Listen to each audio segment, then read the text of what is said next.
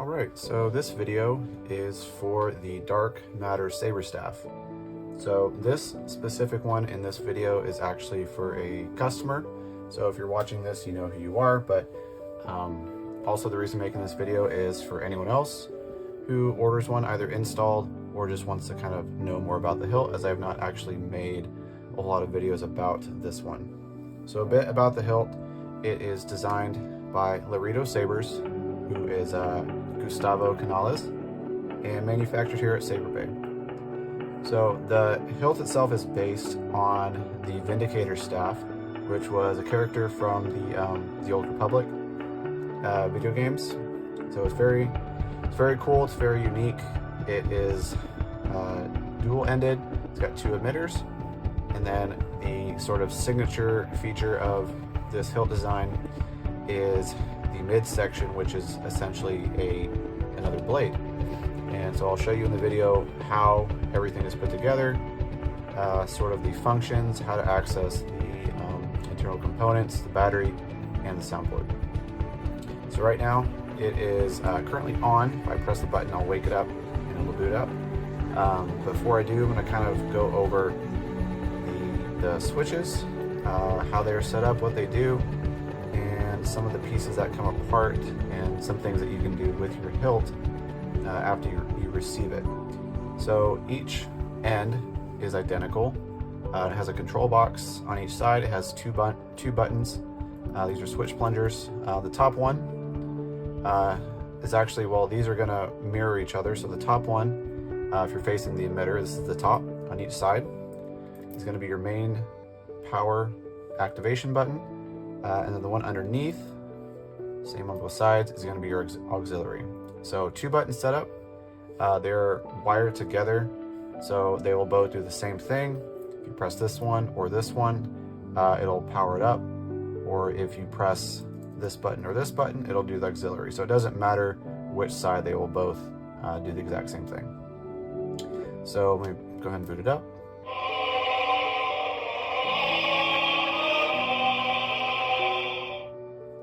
So this one is installed with CFX, and with CFX you have the ability to program specific blade styles, essentially like you would see on Profi.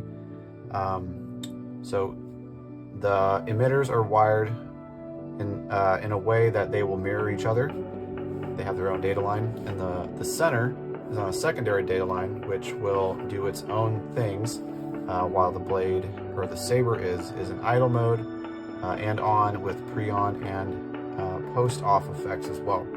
And this was all done and set up by Tristan Kam of crystalfocus.net. He is amazing at helping getting these things programmed and set up. So he did all the work, basically designing this configuration file specifically for this saber.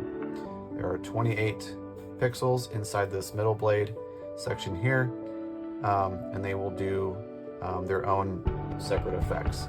So go ahead and boot it up. So this one is programmed to do sort of a slight flicker effect, and the ends are installed with the NPXL V3 connectors.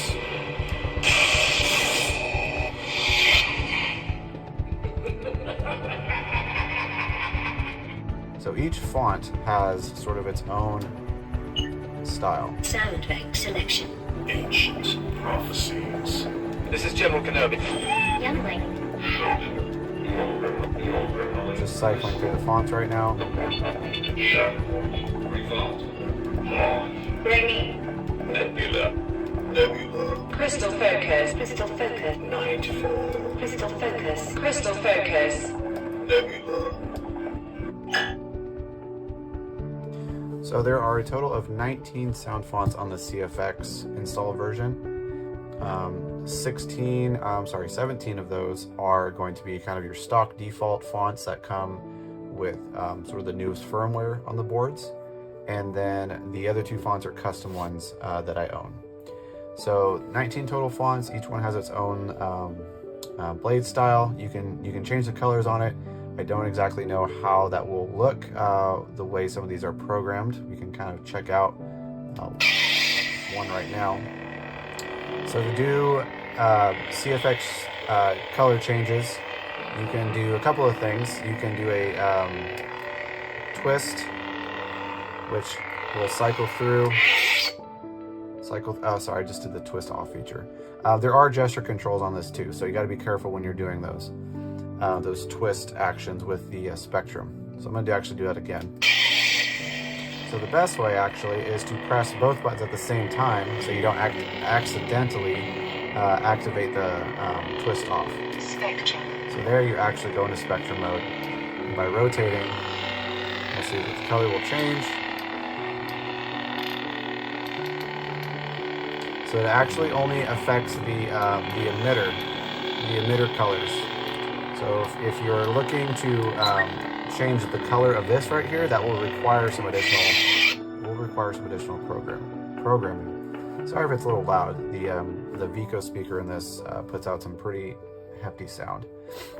Okay, so next I'm going to show you what you need to access the battery and the soundboard. Really all you need is this one tool, this Allen wrench right here, which will be supplied with the hilt. And there are 2 screws on each half. There is one underneath the control box and another on the adjacent side right here. And same for that side, the same on both. So all you would do, and to identify which side has the soundboard, it is split up in 2 ways. You have your board and your speaker, the kill switch on one side, and then you have your battery on the other. And if you get them backwards or mixed up, you can't remember which one is which without having to take them both off to tell. If you look in this area right here, compared to this side, this you can see the bottom of the chassis right here. So you'll see the outside wall of the chassis versus this looks more hollow because that's where that's where the sound is emanating from. So the sound comes out from here, and this is where the soundboard is at. So you can take this off, and it's pretty easy.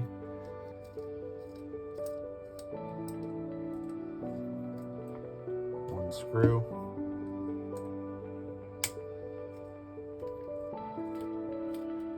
And screw number 2.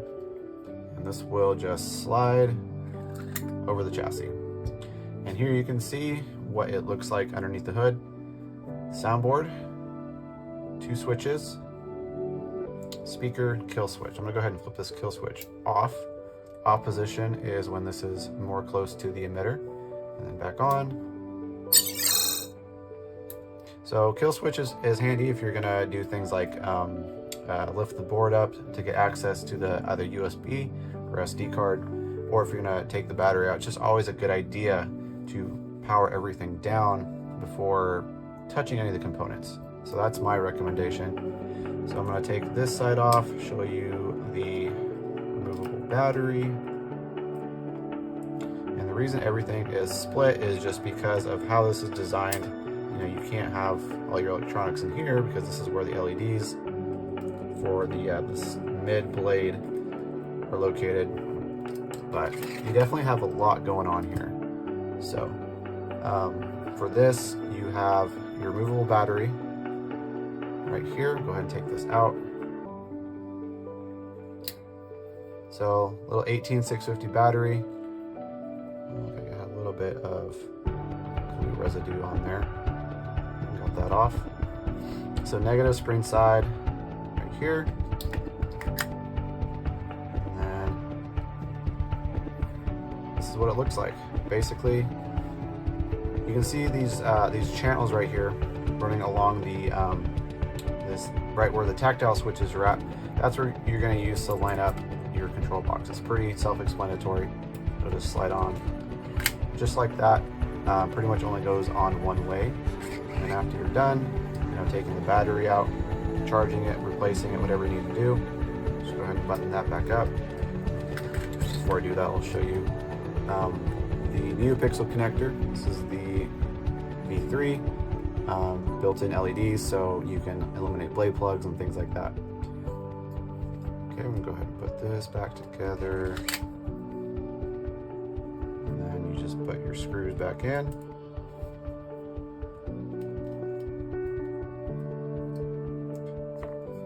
And one more screw. And So when this is shipped out,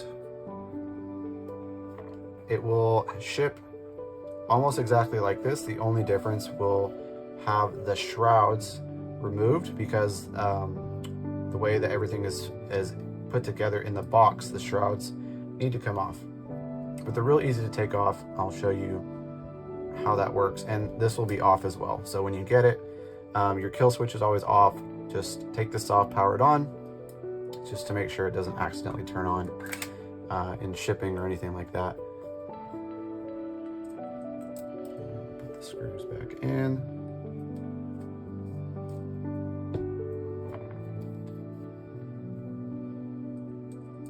And again, the easy way to identify which end is which is this little vented section right here.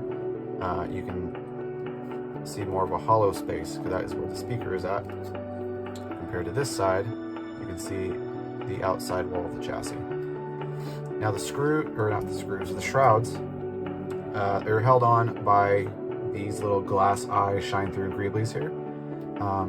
It is comprised of a threaded piece, looks like that. So there are 4 of these, 2 on each emitter, and that's what holds the shrouds on. So these will be detached. So you just take it out of the box, you put it on, line it up with the hole, and then put this back on, and that secures your shrouds. Holds them on there fairly well.